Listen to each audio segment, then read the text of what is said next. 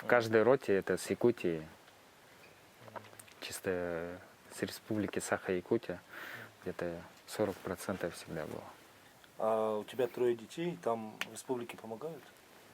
Сработаю с Якутск-Энерго. Я работаю в Якутск-Энерго. Но числюсь я в ТЭЦе.